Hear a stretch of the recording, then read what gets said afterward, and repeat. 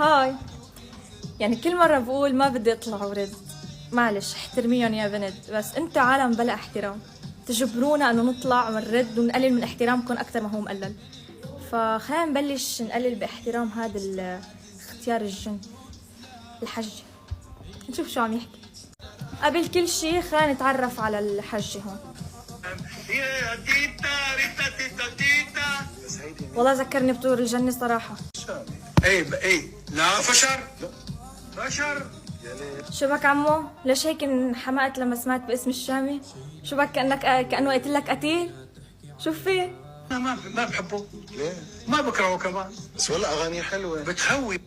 هلا انت شخص واحد ما رح تفرق الحبيت واللي كرهت، او عن اخر ما حدا شالك من ارضك، لا رح تزيد ولا رح تنقص، بس انك عم تقلل من قيمة حالك.